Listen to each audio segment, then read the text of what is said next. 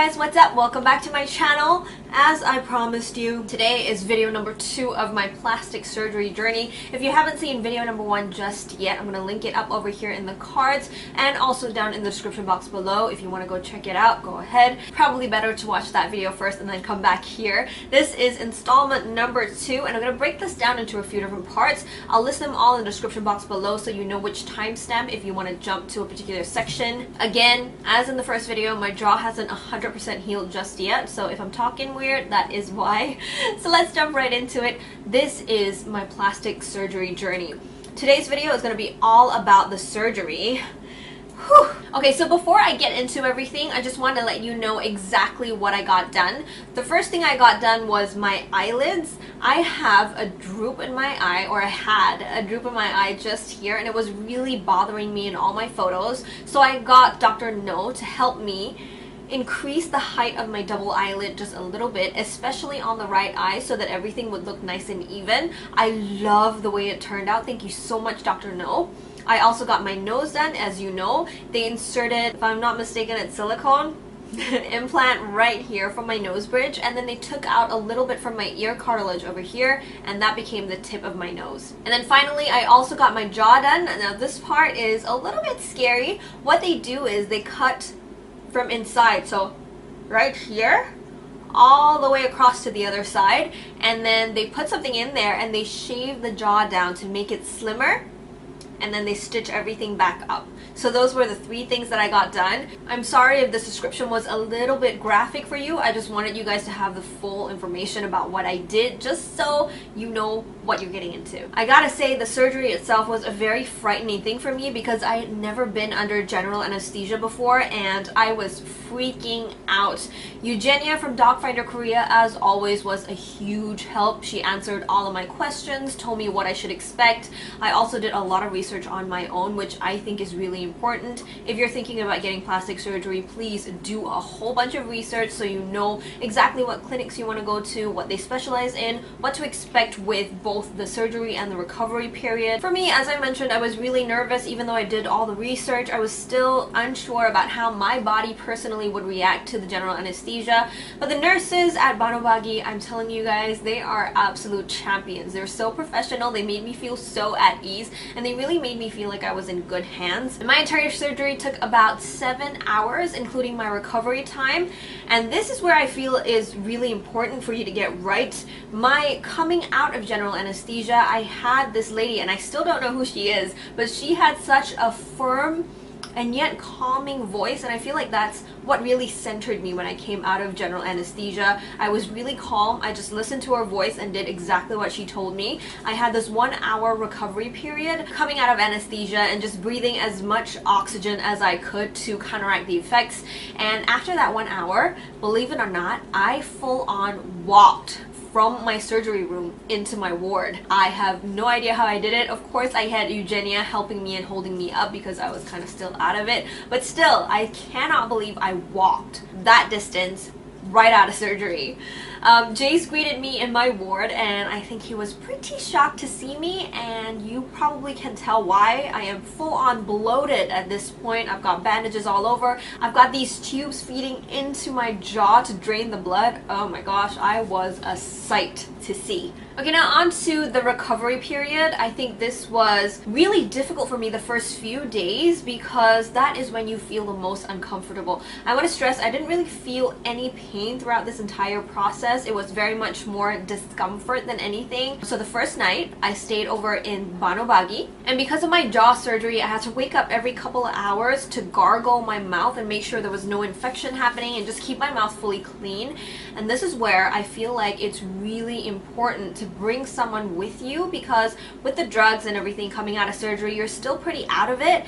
And Jace was such a huge help to me. He woke me up those every 2 hours so I could gargle my mouth. He changed out my ice packs for me, which reduced the swelling. It's so important to have someone really supportive and someone who doesn't mind helping you out throughout this recovery process.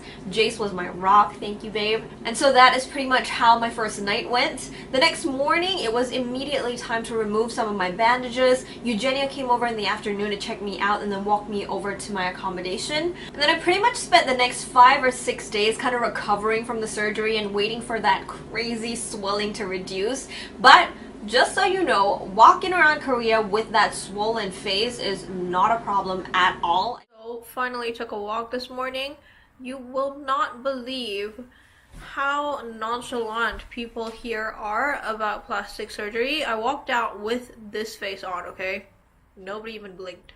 They just walked past like it was nothing. People are really used to that kind of situation, so don't be self-conscious at all if you want to just go out and explore. Go ahead, have fun. Nobody's gonna care, and nobody should care anyway. It's your choice what you want to do. Docfinderkorea also provides pumpkin juice, and this helps with de-swelling. I was a bit worried about the taste, but no, it was really tasty. I really enjoyed it, and I had to go through a liquid diet for the first kind of week plus. Having that pumpkin juice made it a little less painful having to go through a liquid diet because it was so tasty. So I just want to give you a bit of an idea of the timeline of my recovery. The first night, as I mentioned, I recovered overnight in Banobagi, and then by day 2, which was the next morning, I had the bandages around my head as well as those tubes that fed into my jaw draining that blood.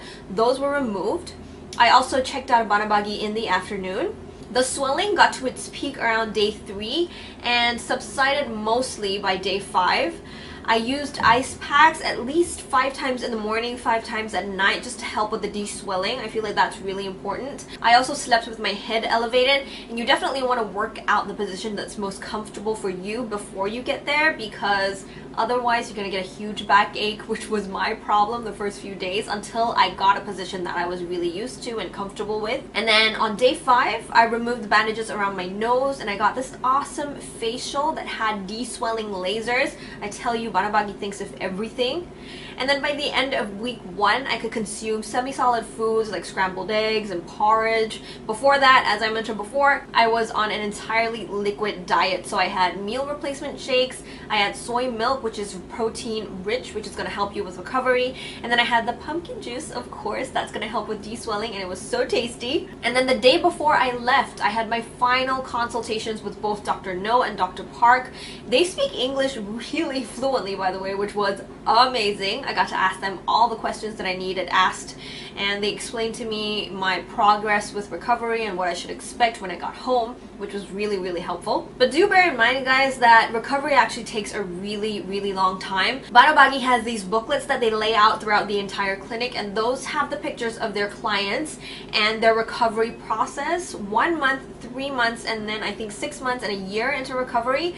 They all look so incredibly different. I'm going to show you guys my before and after picture at the end of this video, but remember, this is only 2 months into recovery and I've got a long way to go still. So I'll be posting update photos, and you can follow me on my Instagram and my Facebook just to find out how it's going. If you want to ask me any questions, by the way, you can ask me on my Instagram, you can ask me down in the comments box below. I'll answer all those questions in my final video that I'm going to post. I also wanted to mention Banobagi provides all these extra services that you get while you're in recovery and still in Korea. You get to go in for a bunch of facials, which was, oh my gosh, so amazing. It's really difficult to wash your face with all those bandages and stuff, but once you head into the facials, they remove the bandages safely. They wash your face so it's nice and clean and just, oh my gosh, it feels so good. And then you get these de-swelling lasers. It's going to take your recovery and your de-swelling time way down, which is... Plus, this is Jace's favorite part, I time traveled. Basically, what it is a hyperbaric oxygen chamber. You're supposed to go and chill in there for about 20 minutes to half an hour, and that's just supposed to kind of help you absorb as much oxygen as possible into your body, which helps with the healing process. Everything they do at the clinic basically helps to speed up recovery and make everything easier on you, which is great. One thing I have to mention to you though is the stitch removal process. Everybody says this is the worst part of the entire surgery journey. I kind of have to agree. This was probably the second worst for me, the worst being the peak of the swelling, when my face just felt so stretched out and uncomfortable. Getting my stitches removed, that happened over the course of a week. The first time I went in, I removed the stitches around my nose as well as behind my ear. That's where they got the cartilage for the tip of my nose, by the way. And the next time I went in, I got the stitches inside my jaw removed.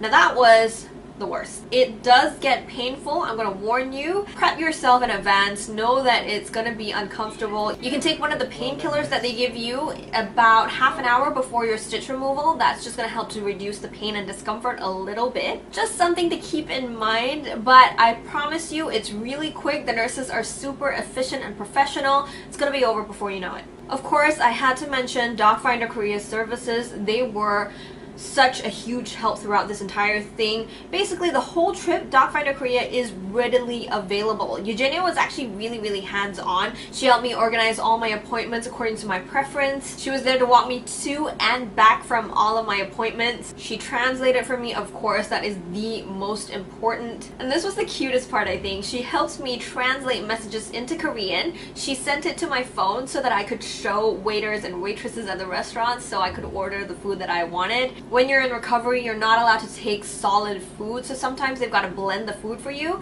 And Eugenia had this readily typed out message for me. Every time I wanted to blend up my food, I just showed my phone to the waiter and whoops. So I just showed my phone to the waiter, they read it, and that was that. So good.